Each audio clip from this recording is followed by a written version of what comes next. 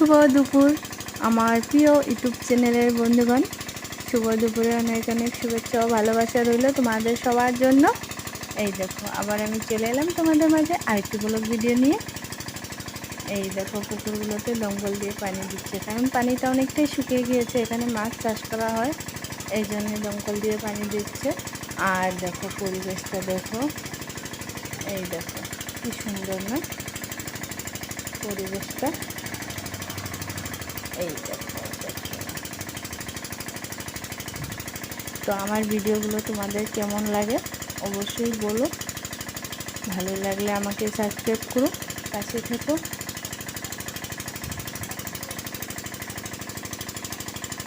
এই দেখো এই যে রাস্তা, লোকজন যাওয়া আসা করছে, দেখেছো? এই দেখো